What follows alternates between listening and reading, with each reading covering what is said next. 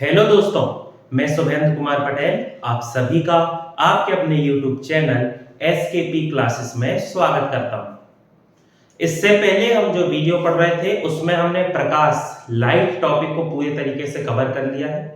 उस टॉपिक की प्लेलिस्ट आपको चैनल में YouTube चैनल में आप जाएंगे, वहां प्लेलिस्ट में आपको उसकी पूरी सीक्वेंस से वीडियो मिल जाएंगी। आप देख सकते हैं, उसे एनालिसिस कर सकते हैं, आप उसको पढ़ सकते हैं। आपको वो काफी मदद करेंगे यदि आप मान लो रेलवे की तैयारी कर रहे हैं या कोई बहुत कॉम्पिटिटिव एग्जाम फोकस्ड तैयारी कर रहे हैं, आपको वो जरूर हेल्प करेगी। आज से हम आगे बढ़ते हैं और हम नए टॉपिक की शुरुआत करते हैं। आज से हम टॉपिक पढ़ेंगे उत्सर्जन तंत्र, एक्सक्रीटरी सिस्टम, या जिसे हम कहते हैं उत्सर्जन तंत्र। ठीक, अच्छा इंटरेस्टिंग टॉपिक है एक्सक्रीटरी सिस्टम, बोले तो उत्सर्जन तंत्र। एक बायोलॉजी में अपन ने ब्लड पढ़ा था, उसके बाद न्यूट्रिएंट्स पढ़े थे, पोषक तत्व, और उसके बाद फिर डाइजेस्टिव सिस्टम पढ़ा था। फिर हमने फिजिक्स चालू कर दिया था। वापस हम बायो में आए हैं और आज से नए टॉपिक की शुरुआत कर रहे हैं, अगले टॉपिक की एक्सक्रीटरी सिस्टम, उत्सर्जन तंत्र। यदि अपन बात करते हैं एक्सक्रीटरी सिस्टम उत्सर्जन तंत्र की, तो पहले हमें समझना होगा एक्सक्रीशन, या जिसे अपन कहते हैं उत्सर्जन। उत्सर्जन क्या है समझ जाएंगे तो उत्सर्जन तंत्र की कहानी चालू करेंगे। उत्सर्जन या एक्सक्रीशन का मतलब होता है हमारे शरीर में बनने वाले अपशिष्ट पदार्थ, हमारे शरीर में बनने वाले वेस्ट मटेरियल, अपशिष्ट पदार्थ को जब हम हमारे शरीर से बाहर कर देते हैं तो उस प्रक्रिया को, उस प्रोसेस को हम कहते हैं उत्सर्जन। हमारे शरीर में वेस्ट मटेरियल, अलग अलग प्रकार के अपशिष्ट पदार्थ बनेंगे, वो हमारे लिए टॉक्सिक होंगे, उनको टॉक्सिक सब्सटेंस भी कहा जाएगा। फिर उनको हम हमारे शरीर से, हमारी बॉडी से अलग अलग तरीके से शरीर से बाहर कर देंगे। जब हम इन्हें शरीर से बाहर करेंगे तो वो जो प्रक्रिया है उसे कहते हैं एक्सक्रीशन या उत्सर्जन। जैसे एग्जाम्पल के लिए यदि अपन बात करें, हमारे शरीर में प्रोसेस हुई, हमारे शरीर ने रेस्पिरेशन किया, श्वसन किया, और उस रेस्पिरेशन से, श्वसन से हमारे शरीर में एक वेस्ट मटेरियल, अपशिष्ट पदार्थ बन गया कार्बन डाइऑक्साइड। कार्बन डाइऑक्साइड हमारे लिए वेस्ट मटेरियल है, अपशिष्ट पदार्थ है। इस कार्बन डाइऑक्साइड को हमने लंग्स या फेफड़े की मदद से कर दिया शरीर से बाहर। हमारी बॉडी से हमने इसे क्या कर दिया, इजेक्ट कर दिया, शरीर से बाहर कर दिया। तो ये जो कार्बन डाइऑक्साइड शरीर से बाहर हुआ, इसे ही हम कहते हैं एक्सक्रीशन, उत्सर्जन। और इस उत्सर्जन के काम में जितने ऑर्गन या अंग मदद करेंगे, वो सभी मिलके जब काम करते हैं तो उनका पूरा जो काम सिस्टम है जो बन जाएगा, उसे हम कहते हैं उत्सर्जन तंत्र या एक्सक्रीटरी सिस्टम। ठीक, अब आपके दिमाग में एक सबसे बड़ी बात आएगी कि हमारे शरीर में अपशिष्ट पदार्थ कैसे बन गए। अब कह रहे हैं ना, वेस्ट मटेरियल, टॉक्सिक सब्सटेंस, अपशिष्ट पदार्थ को शरीर से बाहर करना। तब आपके दिमाग में क्वेश्चन आएगा कि ऐसा क्या हुआ हमारे शरीर में कि हमारे शरीर को अपशिष्ट पदार्थ बनाना पड़ा, वेस्ट मटेरियल या टॉक्सिक सब्सटेंस बनाना पड़ा। जब वो हमारे लिए नुकसानदायक ही है तो क्यों बनाया जा रहा है उनको? तो उसके पीछे लॉजिक है, उसको समझें। एक शब्द है, बहुत बहुत कॉमन टर्म है, आप हमेशा सुनते होंगे। बायोलॉजी की फील्ड में एक टर्म है जिसे कहते हैं मेटाबॉलिज्म,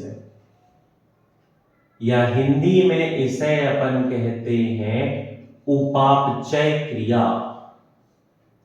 कोई भी यदि लिविंग है, कोई भी यदि जीवित है, तो उस जीवित के अंदर सबसे महत्वपूर्ण गुण एक होता है कि जो जीवित है वो मेटाबॉलिज्म या उपापचय करता है।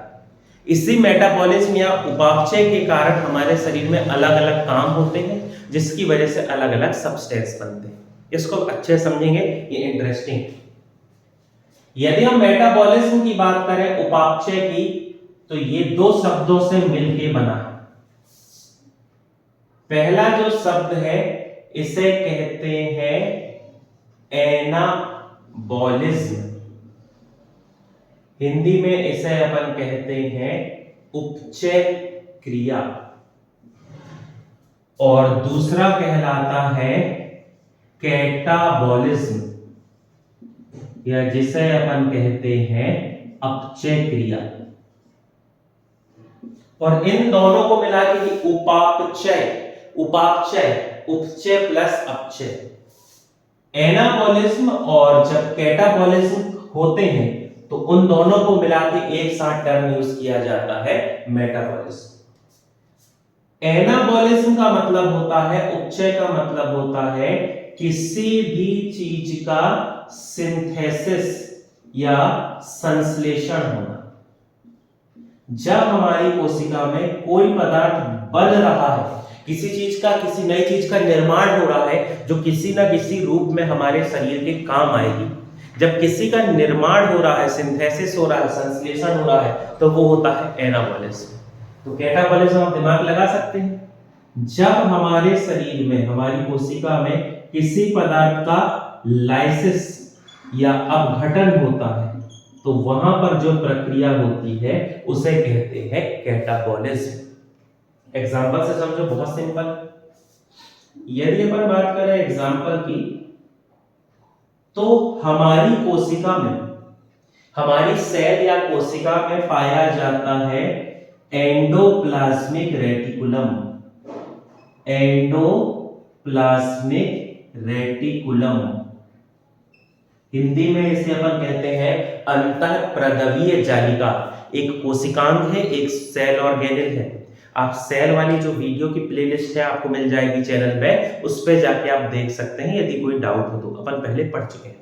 हमारी सेल में पाया जाता है एंडोप्लाज्मिक रेटिकुलम, जिसे अपन ईआर से रिप्रेजेंट करते हैं। इस एंडोप्लाज्मिक रेटिकुलम के दो हिस्से होते हैं, एक होता है स्मूथ एंडोप्लाज्मिक रेटिकुलम और दूसरा होता है रफ एंडोप्लाज्मिक रेटिकुलम। जो स्मूथ एंडोप्लाज्मिक रेटिकुलम है ये हमारी सेल में बनाता है लिपिड, ये करता है लिपिड सिंथेसिस। जबकि जो RER है ये हमारे शरीर के लिए बनाता है प्रोटीन, ये हमारे लिए करता है प्रोटीन सिंथेसिस। तो जब किसी पदार्थ का निर्माण होता है और कोई सेल ऐसा काम करे कि कोई पदार्थ बन जाए, तो वहां पर जो होता है उसे कहा जाता है एनाबॉलिज्म, उपचय। जैसे एक एग्जांपल और यदि देखना चाहो तो अपन प्लांट सेल की बात कर सकते हैं। प्लांट सेल यदि अपन बात करते हैं पादप कोशिका की, तो पादप कोशिका में एक कोशिकांग या सेल ऑर्गेनेल है जिसे अपन कहते हैं क्लोरोफिल। और इस क्लोरोफिल के कारण पेड़ पौधे फोटोसिंथेसिस करते हैं, प्रकाश संश्लेषण करते हैं और अपने लिए खाना बनाते हैं, ग्लूकोज बना रहे हैं, मतलब निर्माण हो रहा है। और जब किसी का निर्माण होगा तो उसे विज्ञान की भाषा में कहते हैं एनाबॉलिज्म। ठीक, बहुत सारे उदाहरण होते हैं, अब पढ़ते जाएंगे बीच बीच में, तो उस उदाहरण का, उस एग्जांपल का मैं टाइप बताते जाऊंगा कि वो एनाबॉलिज्म है, कैटाबॉलिज्म। अभी बेसिक है आप समझ। फिर कैटाबॉलिज्म की बात करें तो कैटाबॉलिज्म का मतलब होता है टूटना। जैसे इसका सबसे अच्छा एग्जांपल है किसी भी लिविंग के शरीर में होने वाला रेस्पिरेशन। रेस्पिरेशन में हमारा जो खाना है C6H12O6 वो ऑक्सीजन की प्रेजेंस में टूटता है और टूटने के बाद बनता है कार्बन डाइऑक्साइड प्लस वाटर और हमारी बॉडी में बनती है एनर्जी। अब यहां कंफ्यूज नहीं कर जाना कि भैया एनर्जी बन रही है तो निर्माण हो रहा है किसी चीज का, तो आपको लगे कि वो एनाबॉलिज्म है। नहीं, एनर्जी बन तो रही है, बिल्कुल सही बात है ये, लेकिन एनर्जी कब बन रही है? जब ग्लूकोज टूट रहा है। पहले ग्लूकोज का टूटना जरूरी है, तो ग्लूकोज टूट रहा है और जब कोई चीज टूटती है, लाइसिस होता है, उसका अपघटन होता है, तो उसे कहा जाता है कैटाबॉलिज्म, या उस प्रक्रिया को अपन कहते हैं अपचय क्रिया। किसी चीज का टूटना। जैसे खाने के मान लो कोई कॉम्प्लेक्स मॉलिक्यूल्स है, खाने में हमने खाया है कॉम्प्लेक्स मॉलिक्यूल्स या जटिल अणु, और ये जो जटिल अणु है कॉम्प्लेक्स मॉलिक्यूल्स हैं ये बदल जाते हैं किसमें, सिंपल मॉलिक्यूल्स में बदल जाते हैं, सरल अणु में बदल जाते हैं। तो इस प्रकार की जब प्रक्रिया होती है तो उसे हम कहते हैं कैटाबॉलिज्म। जैसे क्या एग्जांपल कह सकते हो आप कि जो हमने कार्बोहाइड्रेट खाया, जैसे मान लो हमने स्टार्च खाया वो ग्लूकोज में बदल गया, प्रोटीन को हमने खाने के रूप में खाया वो एमिनो एसिड में बदल गया, लिपिड या फैट जो है वो फैटी एसिड में बदल गया। तो कोई चीज जब टूट रही है तो उसे अपन कहते हैं कैटाबॉलिज्म, और जब कुछ बन रहा है तो उसे अपन कहते हैं एनाबॉलिज्म। अब यहां से एक कॉन्सेप्ट समझना, एक जो क्वेश्चन बनता है, जब किसी सेल में एनाबॉलिज्म या उपचय की अभिक्रिया होती है तो इस में जब निर्माण होगा तो इस निर्माण को करने के लिए इसे आवश्यकता होती है किसकी, एनर्जी।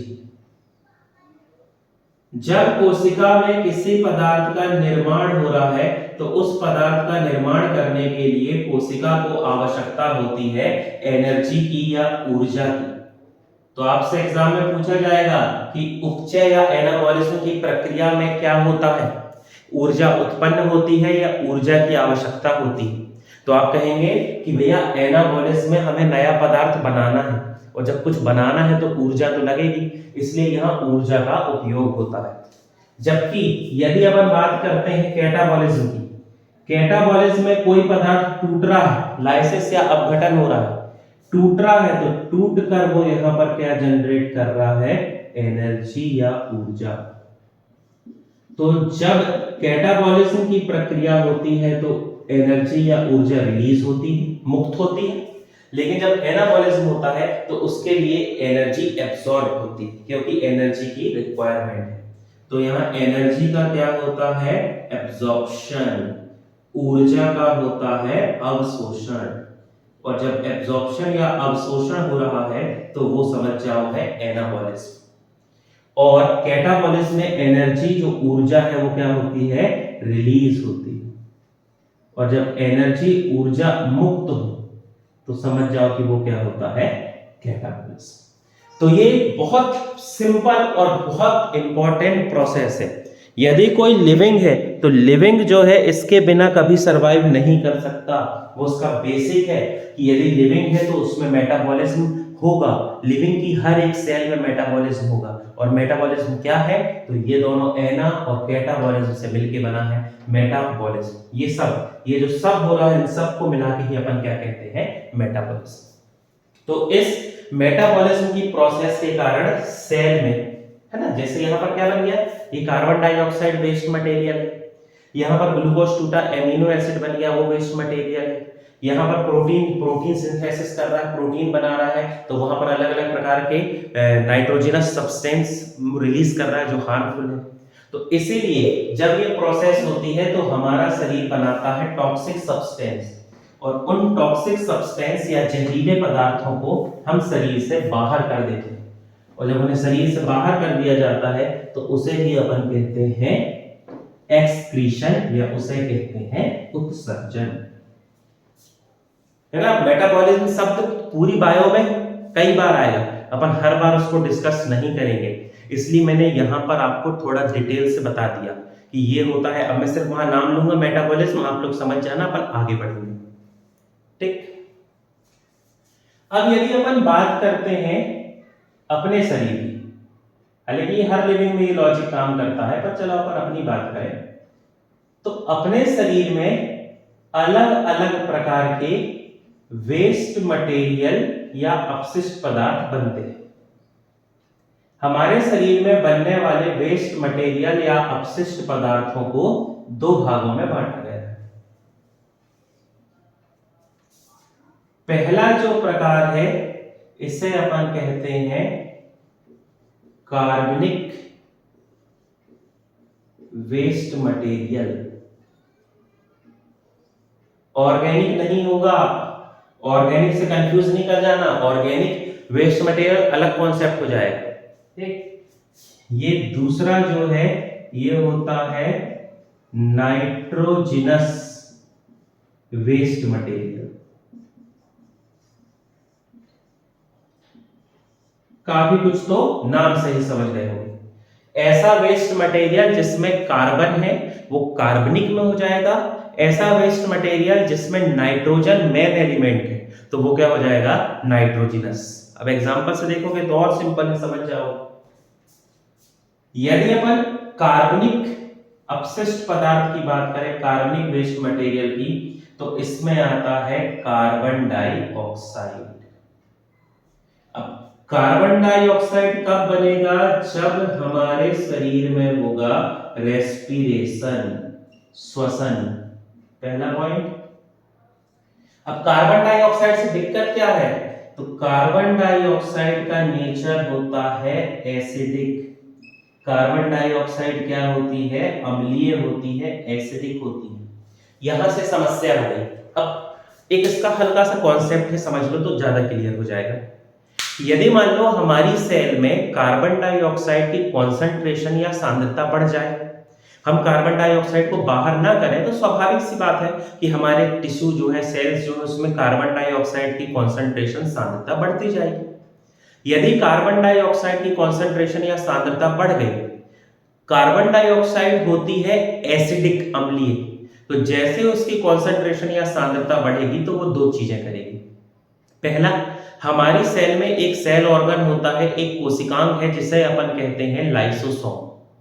ये जो लाइसोसोम है ये एसिडिक एनवायरनमेंट पाकर एक्टिव हो जाता है और एक्टिव होकर ज्यादा से ज्यादा एंजाइम रिलीज करता है। पढ़ चुके हैं अपन, ये सेल वाले टॉपिक में अपन पढ़ चुके हैं, आप चाहें तो उससे रिवाइज कर सकते हैं। जब लाइसोसोम को एसिडिक कंडीशन मिलती है तो वो बहुत रैपिड काम करता है और बहुत ज्यादा एंजाइम रिलीज करता है। अब जब वो नहीं है, जरूरत, रिक्वायरमेंट नहीं है और उसके बाद जरूरत से ज्यादा एंजाइम रिलीज करेगा, तो वो जो एंजाइम है वो पूरी की पूरी सेल को डाइजेशन कर देंगे, सेल का पाचन कर देंगे और उस सेल को नष्ट कर देंगे, डिस्ट्रॉय कर देंगे। तो ये मामला तो गड़बड़, सेल खत्म हो गई। दूसरा, कार्बन डाइऑक्साइड एसिडिक या अम्लीय है।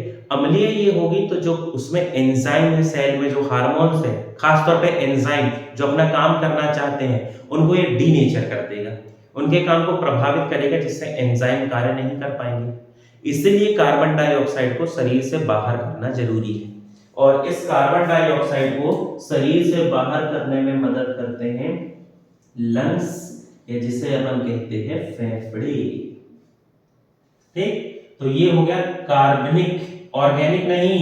कार्बन डाइऑक्साइड ऑर्गेनिक कंपाउंड नहीं है। ऑर्गेनिक कंपाउंड या कार्बनिक यौगिक कहलाने की शर्त ये है कार्बन तो हो, लेकिन कार्बन और हाइड्रोजन के बीच बॉन्ड होना चाहिए। यहाँ पर कार्बन तो है लेकिन कार्बन हाइड्रोजन नहीं है, तो ये ऑर्गेनिक कंपाउंड नहीं है, कंफ्यूज नहीं होना। कार्बनिक कंपाउंड है, कार्बनिक वेस्ट मटेरियल है जिसे बॉडी से बाहर करना है। ठीक, नाइट्रोजनस वेस्ट मटेरियल की बात करें तो नाम से ही समझ गए, ऐसा वेस्ट मटेरियल, ऐसा अपशिष्ट पदार्थ जिसमें नाइट्रोजन, और इसका जो मेन एलिमेंट है वो हमारे शरीर में है NH3। NH3 बोले तो अमोनिया। ठीक, अब बात आती है अमोनिया कैसे बना, तो जब हमारी बॉडी डाइजेशन करती है, पाचन करती है, तो उस डाइजेशन या पाचन से प्रोटीन टूटता है और वो क्या बना लेता है, एमिनो एसिड। अब ये जो एमिनो एसिड है ये अलग अलग प्रकार के एमिनो एसिड बनेंगे और ये अलग अलग प्रकार के एमिनो एसिड आपस में मिलकर बनाते हैं अमोनिया, NH3। अमोनिया के साथ आगे क्या होता है ये अपन पढ़ेंगे आगे, अमोनिया जो है इसका निर्माण हो गया। अमोनिया जो है बहुत टॉक्सिक सब्सटेंस है। अमोनिया अत्यधिक जहरीला पदार्थ है और इसकी विशेषता ये है कि ये हीमोग्लोबिन के साथ ऑक्सीजन की तुलना में 1000 गुना जल्दी बॉन्ड या बंध बनाता है। मतलब जितनी जल्दी ऑक्सीजन मिलता है ना, उससे 1000 गुना जल्दी बॉन्ड बना लेता है हीमोग्लोबिन। तो ज्यादा समय तक यदि ये हमारे शरीर में रहा तो ये ब्लड के हीमोग्लोबिन के साथ मिलकर पूरे शरीर में पहुंच जाएगा। पूरे शरीर में हमारे है ना ऑक्सीजन की कमी हो जाएगी, शरीर नीला पड़ जाएगा और इंसान की मृत्यु हो जाएगी। हालांकि वो होता नहीं, उसका एक स्टेप है, वो अपन आगे पढ़ रहे हैं, लेकिन इतना घातक है ये। यदि अमोनिया से है, अमोनिया आप समझ सकते हो ना, खाद में डालते हैं उसको, फर्टिलाइजर में, उर्वरक में, नाइट्रोजन होता है उसमें ज्यादा, 46% अप्रोक्स नाइट्रोजन होता है, तो इतना जहरीला होता है, तो शरीर में इसको तो टिकना ही नहीं चाहिए।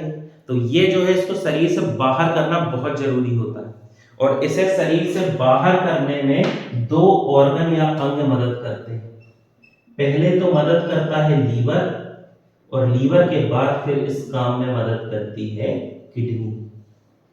लीवर और किडनी कैसे मदद करते हैं, जब लीवर पढ़ेंगे तो उसमें पढ़ेंगे, किडनी पढ़ेंगे तो उसमें, बिल्कुल अभी लोड नहीं देना।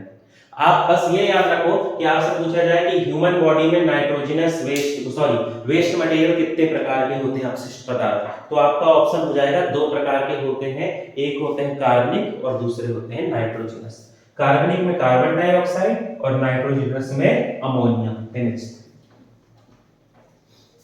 ठीक, तो ये जो है ये कारण होते हैं और प्रकार होते हैं हमारे शरीर में बनने वाले अपशिष्ट पदार्थ।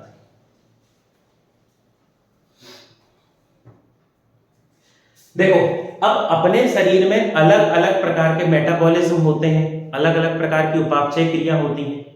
तो जब अलग अलग प्रकार के मेटाबॉलिज्म या उपापचय क्रिया है, तो सीधी सी बात है, बनने वाले जो वेस्ट मटेरियल हैं, अपशिष्ट पदार्थ हैं, वो भी अलग अलग प्रकार के होंगे।